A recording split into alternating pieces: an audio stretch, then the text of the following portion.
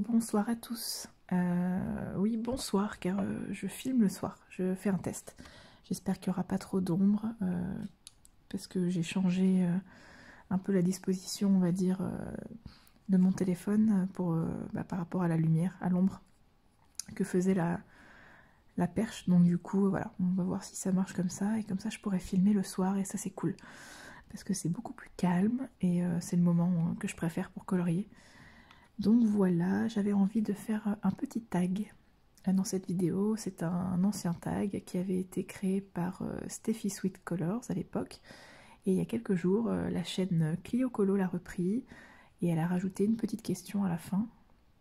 Donc elle a invité voilà, les coloristes qui regardent sa vidéo à faire le tag. Donc voilà, c'est ce que je vais faire. Et donc je te mentionne Clio Colo. Je reprends ce petit tag et je rajouterai une question à la fin. Et comme ça, tous ceux qui voudront faire le tag pourront le reprendre et rajouter à leur tour une question. Voilà, j'espère que ça vous plaira. Donc on commence tout de suite. Il y a 14 questions. Donc comme ça, je vais pouvoir continuer aussi mon encours dans le Anna Carlson, dans le Summer Nights. Vous savez, la page, les 2 pages pour le challenge du mois d'avril. Donc c'est parti, je peux continuer à colorier tout en répondant à ce tag, c'est super. Donc comment t'appelles-tu et quel âge as-tu? Donc moi je m'appelle Maeva et j'ai 29 ans. On approche de la trentaine. Question numéro 2, d'où viens-tu? Alors, donc moi à la base, je suis née à Orléans. Et c'est à peu près 1 heure de Paris, une petite heure de Paris. Mais je vis désormais en Belgique depuis 2015. Depuis juillet 2015, j'ai rejoint mon compagnon qui est belge et qui ne pouvait pas voilà, lui faire le déplacement à cause de son travail. Et comme moi j'avais voilà, moins de contraintes, c'est moi qui l'ai rejoint en Belgique. Donc voilà. Question numéro 3, d'où vient le nom de ta chaîne? Alors, à la base, j'avais un autre pseudo qui était mon pseudo pour à peu près tout, Facebook, Instagram, etc. Et je trouvais que ça n'allait pas vraiment pour une chaîne de coloriage. Il fallait un petit peu que je modifie le nom pour lui donner un nom un petit peu plus, plus en rapport avec le coloriage, sinon ça n'aurait pas vraiment d'intérêt, les gens ne comprendraient pas. Donc voilà, et puis j'ai voulu faire un petit jeu de mots avec color et Isera. Quand on prononce tout le nom, ça fait colorisera, et donc ça fait un jeu de mots avec colorier. Voilà, c'est pas très incroyable comme recherche de nom, mais voilà, c'est comme ça que j'ai choisi mon pseudo YouTube. Quel type de contenu peut-on trouver sur ta chaîne? Eh bien, c'est une chaîne de coloriage. Si vous êtes là, c'est que vous le savez. Sinon, c'est que vous vous êtes trompé. Donc voilà, exclusivement de coloriage, art-thérapie, bien-être. On se fait du bien en coloriant. Voilà, je ne fais rien d'autre sur ma chaîne. Pas de diamond painting, pas de scrapbooking et bullet journal et tout ça. Voilà, c'est pas des choses qui me branchent. Donc ouais, exclusivement du coloriage. Question numéro 5. Pardon. Depuis combien de temps pratiques-tu cette activité? Alors c'est très récent, hein, comme je vous l'avais déjà dit. J'ai commencé en septembre 2020. Donc ça fait environ 7 mois que je colorie. Et je suis de plus en plus à fond dans le coloriage. C'est assez impressionnant en si peu de temps comment quelque chose que vous ne pensiez même pas être possible de prendre une place tellement importante dans votre vie, c'est waouh, c'est absolument génial. Donc je m'éclate franchement, et encore plus depuis que j'ai la chaîne. Donc merci à vous, c'est une motivation, un partage incroyable. Je fais la rencontre de gens franchement super, et je suis ravie. Question numéro 6, quel est ton métier? Alors, un petit peu compliqué, je n'ai pas de métier à proprement parler, voilà, j'ai pas d'activité professionnelle, on va dire, stable et fixe. Je travaillais auprès des enfants, au domicile des parents, en fait, je faisais l'extrascolaire, donc j'étais engagée dans une agence voilà, qui proposait des services comme ça, de personnes qui venaient en aide, on va dire, aux parents qui ne pouvaient pas s'occuper de l'extrascolaire des enfants, à cause de leur travail principalement, évidemment, souvent parce qu'ils étaient en déplacement à l'étranger et tout ça. Mais voilà, donc je faisais l'extrascolaire à la période donc après l'école, et je restais au domicile des parents, et voilà, je m'occupais des enfants, de tout ce qui est devoirs, repas, enfin tout ça, voilà, c'est un peu comme une nounou en fait, hein, mais au domicile des parents. Donc voilà, j'ai fait ça pendant 4 ans. Et puis voilà, après j'ai eu ma fille, donc j'ai dû arrêter. Et puis comme c'est pas vraiment compatible avec la vie de famille, ce travail, voilà, pour l'instant je ne travaille plus. Et je pense me reconvertir, entre guillemets, si je puis dire. Voilà, changer complètement de métier. Et donc on vient à la question suivante, as-tu fait des études? Donc moi... j'ai eu donc comme je suis française à la base, j'ai eu mon baccalauréat donc littéraire, et puis je me suis dirigée en fac, une fac de sciences du langage, pour si jamais vous connaissez. Donc voilà, on était vraiment branchés langue française et autres d'ailleurs, et on étudiait un petit peu la structure interne voilà, de la langue, si vous voulez. On étudiait vraiment les phrases, un petit peu comme ce qu'on faisait en grammaire quand on était petit, mais en beaucoup plus poussé. Donc voilà, ça c'est vraiment... je fais une grosse généralité, mais c'est ça que je faisais. Donc j'ai fait 3 ans, donc j'ai passé ma licence, je l'ai obtenue. Et puis ensuite, j'ai eu dans l'idée de devenir professeur des écoles, et c'est là que tout a dérapé dans ma vie. Donc j'ai fait une année de master... professeur des écoles, enfin je sais plus le nom, ça m'a pas marqué, hein, apparemment je me souviens même pas du nom. J'ai passé le fameux concours, et là ça a été la descente aux enfers pour moi, la dégringolade, la chute. Non, j'en rigole, mais ça m'a vraiment beaucoup marqué, et ça m'a un petit peu cassé, on va dire, et ça m'a créé des angoisses assez incroyables. Je sais pas si, voilà, certaines, je pense, surtout, d'entre vous ont déjà connu ça, un gros échec en milieu professionnel qui vous a complètement cassé, et personnellement moi ça me bloque énormément pour la suite, quoi, parce que j'ai eu du mal après à trouver du travail à cause de ça, parce que j'étais dans cet échec. Je me suis dit, mais je suis une moins que rien, je suis même pas capable d'avoir un concours, d'être enseignante, pourquoi pas moi, pourquoi les autres, et je me suis posé plein de questions. J'ai eu une période après, ouais, un peu comme une dépression, quoi. J'irais pas jusque là, mais c'était quand même assez, voilà, j'avais pas le moral, j'avais envie de rien. J'ai mis du temps avant de me décider, avant de voir ce que j'allais faire de ma vie. Et donc voilà, puis après j'ai trouvé ce travail de nourrice, et puis voilà, j'ai continué comme ça, et je suis venue en Belgique, et j'ai continué à faire ça en Belgique pendant encore 3 ans, et puis voilà, après j'ai eu ma fille, et maintenant au niveau des études, donc j'ai pas repris des études, mais je me suis lancée dans une formation à distance, donc j'étudie à la maison. Pour l'instant ça me convient, je n'arrive pas en fait à reprendre voilà, une activité, on va dire, comme tout le monde, si vous voulez, aller chercher du travail, ou carrément à retourner sur les bancs d'école. Bon, en même temps, avec la situation actuelle, c'est un peu galère, mais soit.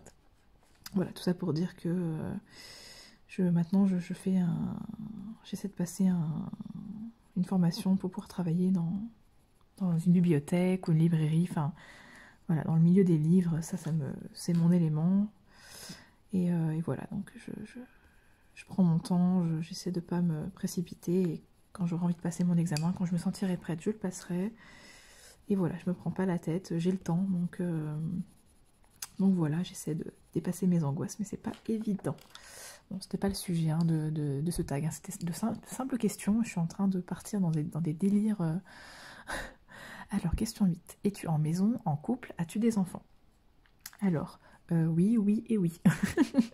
Donc, avec mon compagnon, nous avons acheté une maison, enfin notre maison du coup, en fin 2014. Enfin, je crois qu'on a signé le contrat début 2015, quelque chose comme ça. Et on a emménagé dans la maison seulement en 2017 parce que on a acheté en fait ce qu'on appelle un gros œuvre fermé.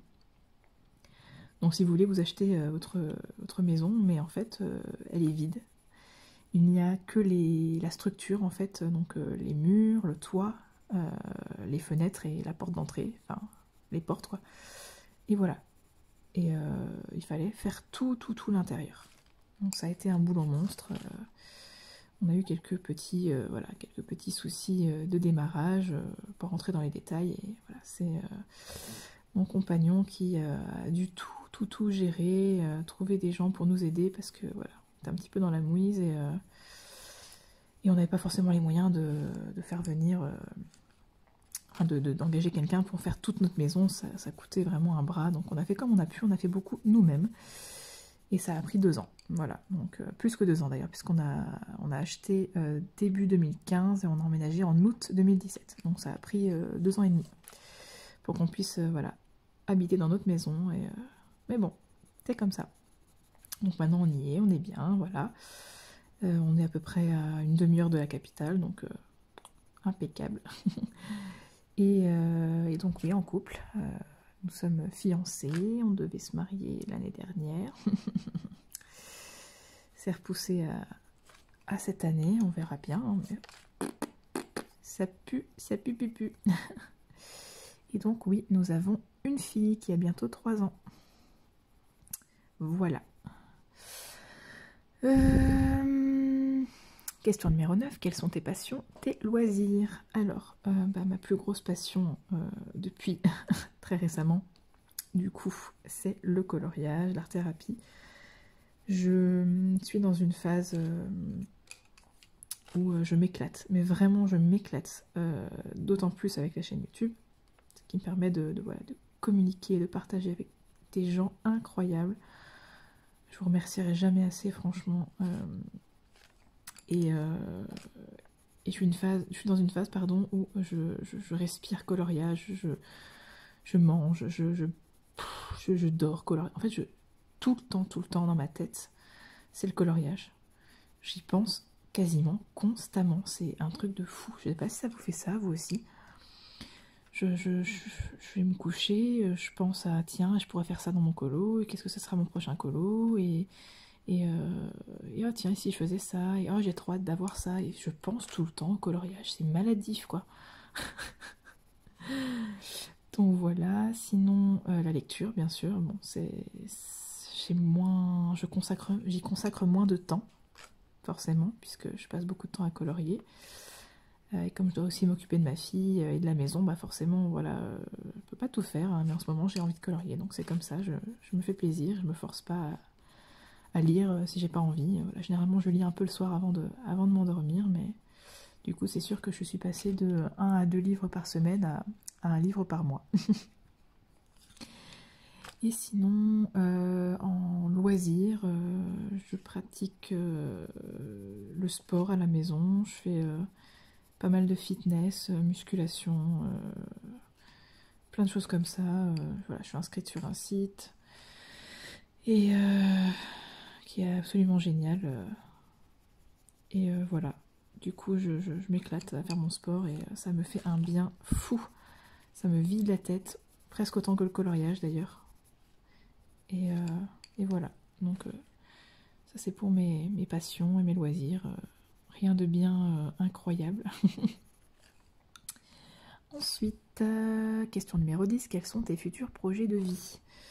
Alors mes futurs projets de vie, le mariage avec mon compagnon qui est censé se passer fin août. Je suis pas sûre, mais bon, quoi qu'il arrive, de toute façon, ça sera quand même mariage civil, hein, je m'en fous, s'il n'y a pas de fête, il n'y a pas de fête, j'en ai ras-le-bol. Ça fait un sacré paquet de temps qu'il a fait sa demande maintenant. C'était, si je dis pas de bêtises, en septembre 2019. Donc ça commence à dater. Donc voilà. Et sinon, d'autres projets de vie, bah oui, mon futur métier peut-être, voilà, on verra, ça, je sais pas trop me prendre la tête avec ça. Et sinon, peut-être un deuxième enfant, mais pas dans l'immédiat. Je dois avouer que la situation sanitaire actuelle, voilà, ça me donne pas forcément envie de concevoir un enfant. Je critique pas du tout ceux qui le font, hein. C'est voilà, chacun fait ses choix de vie et voilà, c'est pas un choix que j'ai envie de faire actuellement. Donc on va déjà se marier, on verra si on peut partir en lune de miel, c'est pas garanti. On va essayer de profiter un petit peu et puis voilà, on parlera bébé numéro 2 après, voilà. Donc pas se mettre de pression, voilà, notre fille a même pas 3 ans encore, franchement. Moi, je me prends pas la tête avec ça. Ça me va très bien, l'écart entre les enfants. Moi, je suis fille unique, donc j'ai pas de souci avec ça. Voilà, donc tout c'est pour les futurs projets de vie, c'est déjà pas mal. Ensuite, question numéro 11. As-tu des animaux? Non. D'ailleurs, j'en ai jamais vraiment eu à moi. Mes parents n'avaient pas d'animaux. Voilà, je n'ai jamais vraiment vécu avec des animaux. Et quand je suis arrivée ici en Belgique et que j'ai vécu avec mon compagnon, donc nous étions dans un premier temps chez ses parents et ils avaient des chats. Et voilà, j'ai vécu pendant 2 ans avec des chats. Mais sinon, voilà, j'ai pas d'animaux à moi et mon compagnon, je crois qu'il n'en a pas envie non plus. Donc je sais pas si on aura un animal un jour, même si à mon avis notre fille serait heureuse d'avoir un chat, elle adore les chats. Mais voilà, c'est pas en projet pour l'instant. Question numéro 12, dis-nous ce que tu veux sur toi. Y a des petites propositions entre parenthèses, donc on va faire ça. Donc un signe distinctif. Alors, je savais pas vraiment ce que c'était, enfin je me disais un signe distinctif, donc j'ai supposé que c'était physique, et puis dans la vidéo de Clio Colo, elle parlait de son grain de beauté qu'elle a près de son œil et qui la complexait pas mal. Du coup, voilà, ça m'a... C'est pas que ça m'a donné l'idée, mais je me suis dit, ah oui d'accord, signe distinctif dans ce sens-là. Donc moi, j'ai les oreilles décollées. Et ça a été... ça a été un peu l'horreur dans mon enfance. Je m'en prenais plein la tronche. Je me faisais traiter de... Mickey, de Dumbo, enfin voilà, les bêtises d'enfants. Et voilà, ça a été assez difficile de m'accepter, jusqu'au jour où on m'a dit mais je comprends pas, ça te donne beaucoup de charme, les oreilles décollées. Et là je me suis dit, ah ouais. Puis je sais pas, j'ai commencé à me voir autrement. Et voilà, j'ai fini par m'accepter comme je suis. Et, voilà, c'est comme ça, on a chacun nos défauts, si je puis dire, et voilà, c'est tout. Donc, couleur préférée, alors, moi c'est le vert, que ça soit un vert très peps, un vert un peu plus vert d'eau turquoise, voilà, j'aime toutes les nuances de vert, j'adore le vert. Et sinon, j'aime aussi beaucoup les couleurs comme le marron. Oui, j'ai des goûts assez particuliers, c'est vrai que pas beaucoup de gens aiment le marron, mais moi j'aime le marron. Donc voilà pour mes goûts, c'est des couleurs un peu nature en fait, hein. Date de naissance, donc je suis née le 27 janvier 1992 et je suis donc Verseau. J'y connais pas grand chose en astrologie, mais je crois que les Verseaux sont des personnes assez, allez, comment dire, sensibles, donc ça c'est tout à fait mon cas. Rien me fait pleurer, je suis très dans l'empathie avec les gens généralement. Et puis pas mal artistique aussi, enfin en tout cas la fibre artistique, donc ça bon bah oui, vite fait, enfin pour le coloriage, mais sans plus quoi. Donc voilà. Ensuite, question 13. As-tu une phobie? Alors, pour ça, je crois que je vais vous renvoyer à ma vidéo Color and Chat. Parce que j'en parle pendant un sacré bout de temps, donc je ne vais pas me répéter ici. Mais ma plus grosse phobie, c'est de me retrouver coincée dans un endroit où je ne peux pas respirer. Par exemple, bon, ça n'arrivera certainement pas, hein, mais me faire enterrer vivante, enfin, ce genre de choses, dans une grotte, enfermée dans un cercueil avec le couvercle juste au-dessus de mon nez et de ne pas avoir d'air comme ça, c'est l'angoisse. Vous voyez les toboggans dans les aires de jeu, les toboggans qui sont fermés comme ça fait une espèce de tunnel toboggan. Ben, je peux pas. J'ai jamais pu. Hein. Je suffoque rien qu'à l'idée d'être enfermée dans un endroit comme ça et de me dire est-ce que je vais retrouver la lumière du jour un jour et ça me... Je sais pas, c'est bizarre, hein, mais bon, j'ai jamais eu de traumatisme à ce niveau-là, hein, je vous rassure, mais je sais pas pourquoi j'ai cette peur comme ça. Donc voilà, c'est assez spécial, mais ne me proposez jamais d'aller faire de la spéléo. Et enfin, la question 14, qui est la question bonus de Clio Colo. Quel est ton film favori? Je crois que j'avais aussi répondu dans une vidéo, dans ma vidéo Color and Chat, puisque je faisais aussi un espèce de petit quiz tag, donc il y avait la question aussi. Donc mes deux films favoris, parce que j'en ai deux, hein, enfin j'en ai plus que ça, mais on va dire les deux qui sont sur le podium. C'est un film pas très connu, avec l'acteur, enfin le chanteur et acteur Jared Leto. Le film s'appelle Mr. Nobody. Voilà, c'est l'histoire d'un homme, on va dire, à différents stades de sa vie. On a pas mal d'ellipses comme ça, enfin, on est à la fois dans le futur, après on revient dans le passé, enfin, c'est assez spécial comme film, et l'histoire est magnifique. Donc voilà, l'acteur est grandiose, franchement, son jeu d'acteur est génial. Enfin, en tout cas, je trouve. Et mon deuxième film préféré, c'est Interstellar. Pourtant, je ne suis pas du tout film de science-fiction, c'est quelque chose que, voilà, tout ce qui est space opéra, qui se passe justement dans l'espace et tout ça, c'est pas forcément mon délire, mais ce film, il m'a touchée au plus profond de mon être. J'ai pleuré toutes les larmes de mon corps au cinéma, je vous jure, on aurait dit une tarée. J'avais du mal à me retenir, je hoquetais. Et j'avais une boule au fond de la gorge, je sais pas si ça vous est déjà arrivé, que vous ressentiez tellement d'émotions en regardant un film et dans un endroit, avec des gens, et que vous n'osez pas montrer que vous êtes en train de pleurer, vous vous retenez. Et vous avez une boule dans la gorge, et ça fait mal en fait, ça fait super mal, mais c'était horrible quoi. Enfin voilà, mais horrible dans le bon sens, hein. C'est un film qui m'a touchée, mais d'une façon incroyable, et voilà, c'est...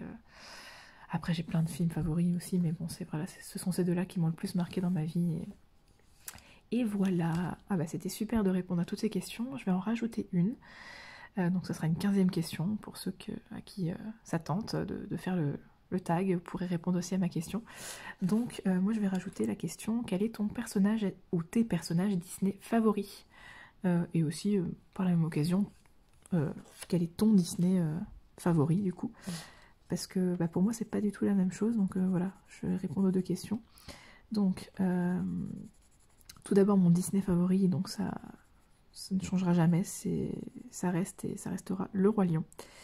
Voilà, c'est le premier Disney que j'ai vraiment regardé, on va dire, même si j'avais pas mal de cassettes, Blanche-Neige, etc.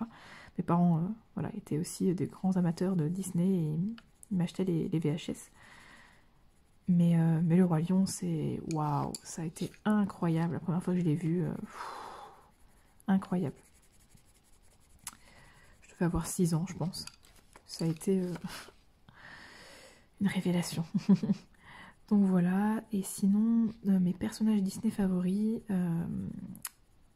en princesse, on va dire, c'est Anna, de la Reine des Neiges.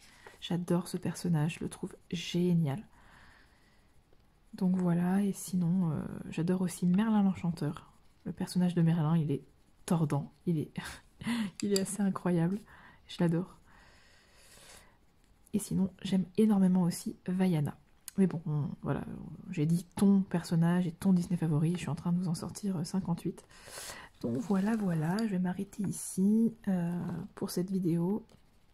Donc ça m'a éclaté de le faire, franchement, donc je vous invite reproduire ce tag si ça vous tente. Donc, je tag personne en particulier, mais comme Clio Colo, je propose voilà, que vous repreniez le tag avec ma question complémentaire. Et voilà pour cette vidéo, bah, je suis super contente, j'ai l'impression que filmer le soir c'est pas mal. Puis j'ai bien avancé dans mes petites feuilles.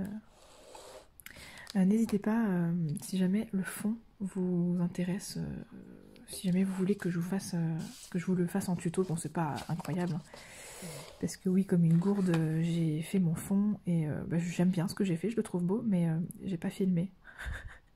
Donc du coup, bah voilà. Donc si vous êtes intéressé par d'autres formats de vidéos, n'hésitez pas. Je vous ai tourné un vlog que vous aurez déjà vu, en fait, donc ça sert à rien que je vous le dise maintenant. Bref. Mais voilà, s'il y a d'autres vidéos, d'autres formats qui vous intéressent, n'hésitez pas à m'en faire part dans les commentaires. Ça me fait super plaisir voilà, de répondre aux demandes. Il n'y a pas de souci, je ferai au mieux. Donc voilà, je voulais vous dire un immense merci. On a dépassé les 120 abonnés. 120 abonnés, pardon. Je ne sais pas si vous vous rendez compte qu'il y a encore une semaine, je crois, on était seulement 60, enfin seulement, entre guillemets, seulement 60, et maintenant on est à plus de 120. Franchement, merci, mais merci énormément. Je remercie en particulier Mam Créative qui m'a bien aidé à mes débuts, elle m'a fait de la pub et tout, enfin franchement merci, elle m'a soutenue.